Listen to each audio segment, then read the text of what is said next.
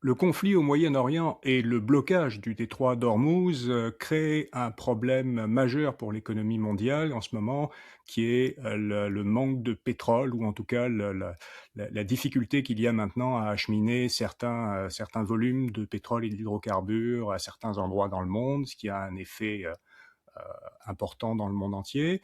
Et cela crée un certain blocage, une guerre des liquidités. C'est ce dont va nous parler Alexandre Vézina, stratège entrepreneurial, dans cet épisode éclairage affaires du balado InfoBref.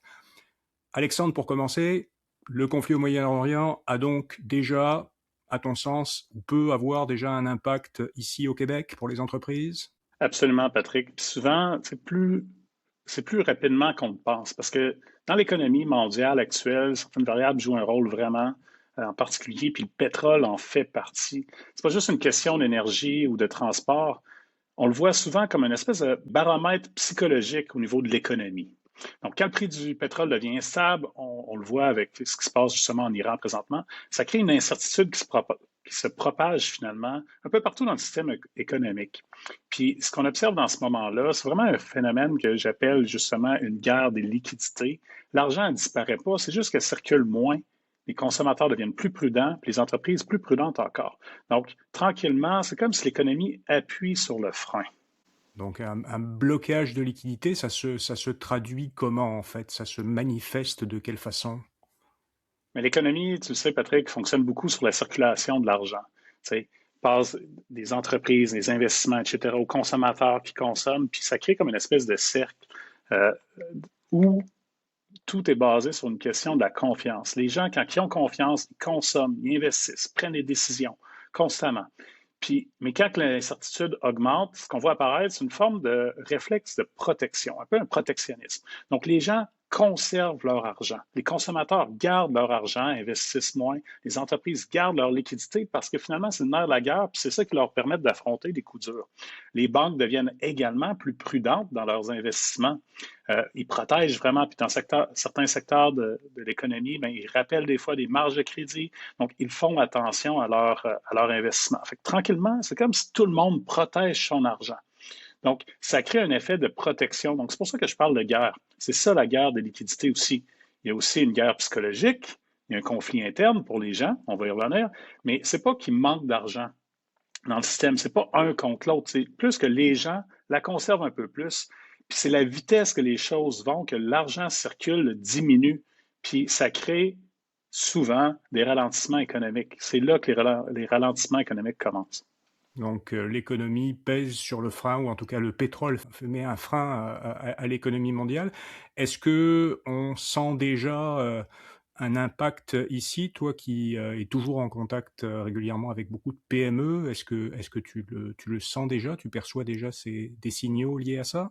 Bien, les signaux sont visibles. Tu sais, on a parlé aussi la semaine passée du prix du pétrole, qui est un signal fort. C'est drôle parce que hier, je revenais en famille, puis mon garçon de 12 ans a vu le prix du pétrole, puis il a dit, Papa, le pétrole a encore augmenté ici. Donc, quand ça crée une incertitude sur les gens où ça devient le sujet de conversation un peu pour les gens, donc ça devient comme un peu imprévisible. C'est là que les consommateurs voient. Donc, les ménages commencent à se poser des questions, il y a juste leurs dépenses, etc. Pour ce qui est des entreprises, il y a un effet, les cycles de décision s'allongent. Donc, les investissements sont retardés, les clients prennent beaucoup plus de temps pour acheter, ils réfléchissent davantage.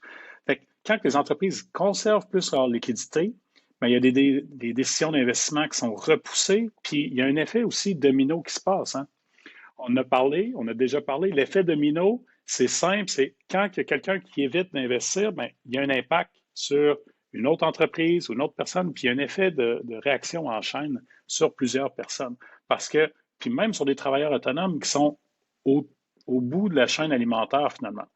Donc, des fois, il y a des décisions d'investissement qui sont repoussées, il y a des expansions qu'on attend, il y a de l'embauche qui sont retardées, il y a des nouveaux projets qui sont mis sur la glace, les gens arrêtent d'innover ou cherchent à faire autrement pour aller chercher un peu plus d'argent. Donc, ils mettent les pieds sur le frein. C'est pas un effet de panique, mais c'est beaucoup plus un effet de prudence ou de vigilance de certaines entreprises. Et je t'entends et j'ai l'impression qu'il y a beaucoup d'éléments psychologiques là-dedans, au sens où ça dépasse beaucoup comment dire? L'impact direct du prix du pétrole sur telle ou telle entreprise qui, oui, peut avoir un impact, mais l'impact n'est pas uniformément réparti. Et bon, il y a beaucoup d'entreprises pour lesquelles ça n'a pas vraiment un impact direct ou en tout cas un impact important. Par contre, ce que je comprends, c'est qu'il y a un effet de propagation et en fait une conséquence psychologique en fonction de la façon dont on prend nos décisions d'achat et d'investissement qui dépasse cette influence initiale. Est-ce que je comprends bien? Tout à fait, parce que c'est pas l'argent est là, l'argent est disponible, c'est juste qu'il circule moins. Puis les gens, dans ce temps-là, c'est une question, comme tu l'as mentionné, c'est de psychologie, mais c'est la psychologie de l'argent, la psychologie des liquidités, la psychologie au niveau d'un mode de protection, parce que l'incertitude crée cet élément-là. Donc les gens essayent de conserver un peu plus, un peu comme l'écureuil qui court à gauche puis à droite à l'automne pour récupérer un peu des, des, des, de la nourriture pour pouvoir passer à travers l'hiver. Donc, c'est un peu ça, cette période d'incertitude-là crée cet effet-là, qui fait en sorte que les gens, au niveau de la confiance, c'est incertain, donc conservent plus leur argent. Tout le monde dans le système sont beaucoup plus prudents. Fait que l'argent circule moins. Donc, cette psychologie-là fait en sorte que l'argent circule moins. C'est là que les défis commencent. C'est là que les PME fonctionnent généralement avec beaucoup moins de marge financière que les grandes entreprises. Fait que les petites entreprises sont souvent beaucoup plus affectées rapidement que les grandes entreprises. Alors dans un contexte comme celui-là, comment est-ce que tu penses que les entreprises et les entrepreneurs et les gestionnaires québécois devraient réagir et se comporter? La chose à ne pas faire dans ces périodes-là, c'est de s'immobiliser. Parce qu'il y a beaucoup d'entreprises présentement qui ont le réflexe d'attendre, qui attendent que l'incertitude se stabilise, que les marchés, voir comment les marchés vont évoluer. Euh, Sauf que des cycles économiques, il y en a toujours, il y en aura toujours, puis il ne faut pas ralentir. À la place, justement, il faut chercher à innover, il faut chercher à faire les choses autrement. Puis les entreprises qui réussissent le mieux, c'est les entreprises qui sont proactives présentement, qui prennent le temps de parler à leurs clients, qui vont à la rencontre, qui vont discuter, voir le potentiel, faire leur suivi, maintenir leur présence sur le marché. Donc, au lieu de se retirer puis d'attendre, ils sont encore plus présents. C'est eux qu'on voit. Fait que quand tout le monde ralentit, mais ceux qui restent actifs deviennent beaucoup plus visibles, puis c'est eux autres qui vont réussir à sortir gagnants des circonstances. Est-ce que tu aurais un message simple à transmettre aux consommateurs et aux entreprises sur la situation en conclusion? Ce qui fait la différence, c'est vraiment notre réaction face à l'incertitude. Souvent, ce que je répète aux entrepreneurs, puis aux gens en général, c'est que c'est dans l'adversité qu'on voit le vrai visage des gens. C'est pas quand tout va bien puis tout est calme. Donc, ça prend un peu d'adversité pour justement faire ressortir le meilleur de nous, le côté un peu plus combatif. Puis c'est ça qui est essentiel dans le contexte actuel, c'est vraiment notre réaction face à cette incertitude-là. Quand tout le monde ralentit, tout le monde est plus prudent, bien, nous autres, qu'est-ce qu'on fait? De quelle façon qu'on peut provoquer les choses de façon positive pour nous, pour notre entreprise, au lieu d'attendre que les choses se passent. Donc, il faut apprendre à rester en mouvement, puis rester en mouvement en fonction de nos objectifs.